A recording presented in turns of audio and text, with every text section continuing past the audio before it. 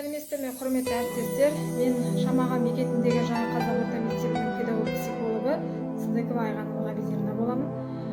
Құрметті әріптестер, мен бүгін мұғалімнің кәсіби қиыншылықтарының жеңу жолдары жайында психологиялық кеңес бергім келеді. Біз құрметті ұстаздар шәкірт тәрбиелейтін болғаннан кейін біз міндетті түрде біз ең алдымен өзін-өзі басқару дейді ғой. Ең алдымен өзімізді өзіміз басқаруымыз қажет. Және де сырт келбетіміз, дауыс интонациямыз, дикциямыз, соның барлығын біз міндетті түрде баламен, шәкіртпен, ата-анамен, мектеп ұжымымен болғаннан кейін соның бәрін біз ескеруіміз қажет. Ең алдымен өзін-өзі басқару деп жатырмыз. Ең алдымен біз сырт келбетіміз, яғни киім үлгіміз дұрыс болу керек. Өз мамандығымызға сай болу керек. Оқушының алдында өзімізді қалыпты ұстауымыз керек. Сөйлеу мәдениетіміз өте мәдениетті болу керек. Құрметті ұстаздар, ең алдымен біз шәкірт тәрбиелегеннен кейін біз міндетті түрде баланың жүрегінен кішкентай болса да мейірімділік танытуымыз қажет. Яғни бала сіздің алдыңызға келгенде өз ойын сізге деген сабақ айтқанда сіздің алдыңызда бала қорықпау керек, өз ойын еркін сөйлеп айту керек. Және де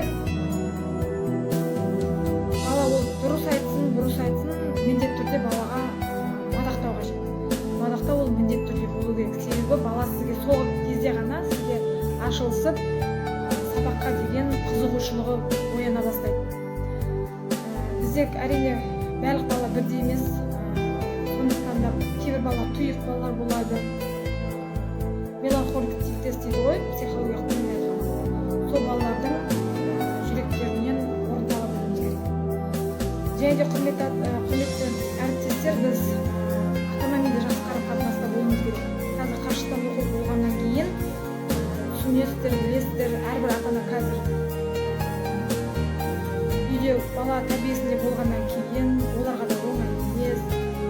Сіздерге қоңырау шалып, WhatsApp желісі арқылы кеңестер сұрап жатады кейбір ата-аналар, тыңдамай жатыр, тек апайымды ғана тыңдаймын деп айтып жатыр деп немесе бастауыш сыныптың ата-аналар хабарласып айтып жатыр.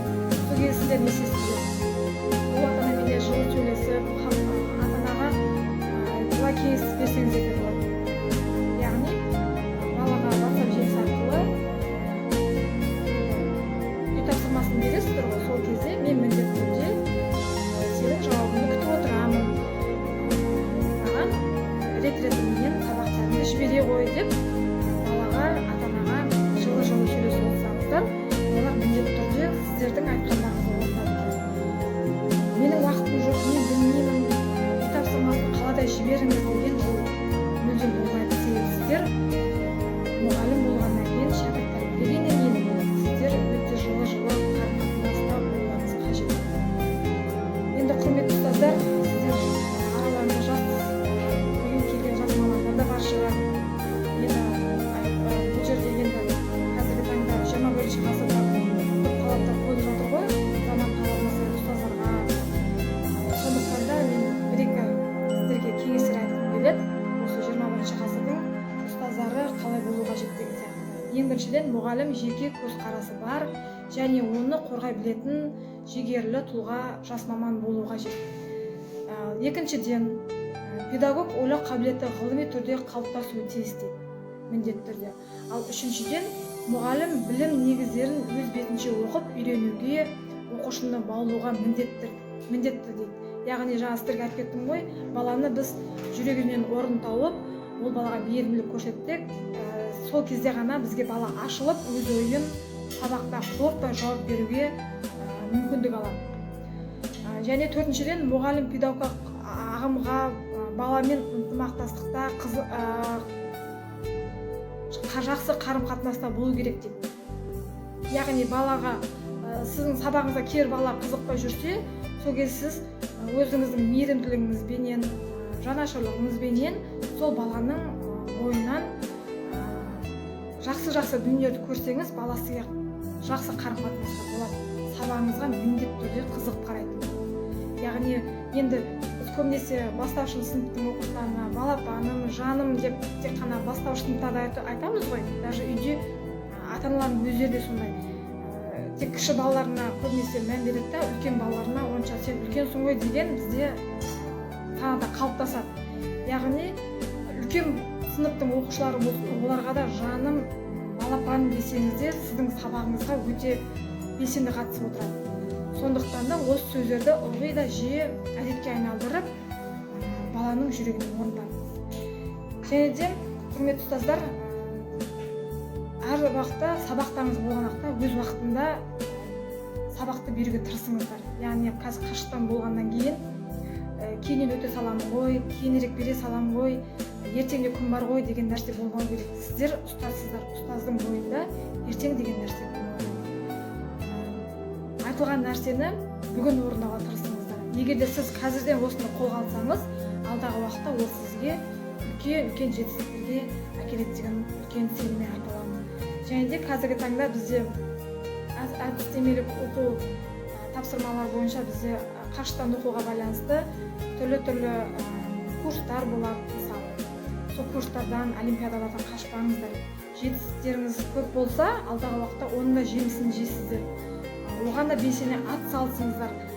Қазіргі таңда бізге жас мамандарға көп нәрселер, көп дүниелер ғаламтордан келіп жатыр. Осылардың бәріне ат салысып белсене қатысыңыздар. Шәкірттеріңіздің де жетістіктері, өздеріңіздің де жетістіктеріңіз көп болады. Сондықтан да міндетті түрде осы қашықтан оқу кезінде біраз жетістіктерге де жетуге болады.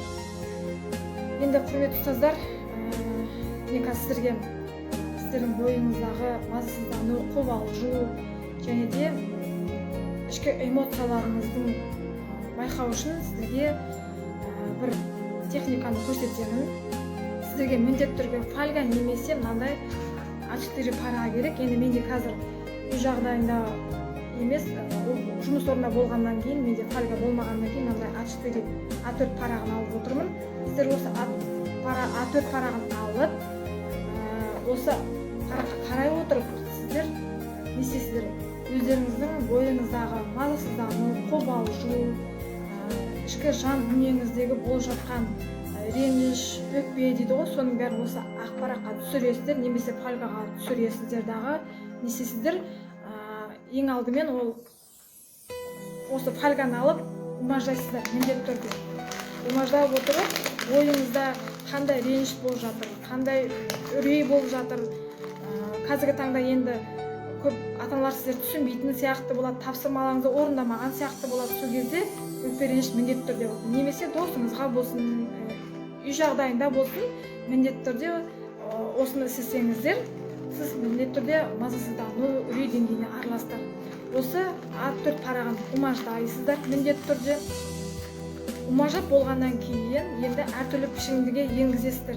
Енді мына жерде А4 парақ болғаннан кейін пішінге енгізу қиын болады. Бұл фольга болса өте жақсы болады. Фольгамен сіздер пішін жасауларыңызға болады умаждау арқылы.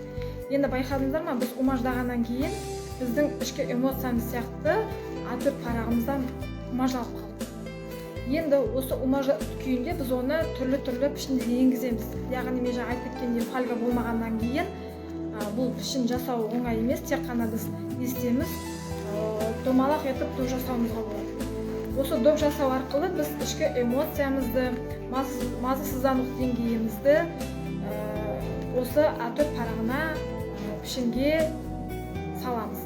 Яғни енді осы ақ параққа қарай отырып, реніш өпкемізді осы параққа салдық, салғаннан кейін оны міндетті түрде қоқыс салғышқа саламыз.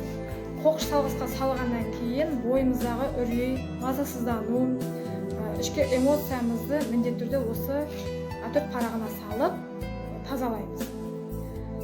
Осымен құрметті ұстаздар, жас мамандар, мен айтқан ақыл кеңестерімді психологиялық тұрғыдан дұрыс қабылдайсыздар деген ойдамын. Міндетті түрде осы мен жіберген кеңестерді өз игіліктеріңізге пайдалансаңыздар болады. Назар қойып тыңдағандарыңызға рахмет.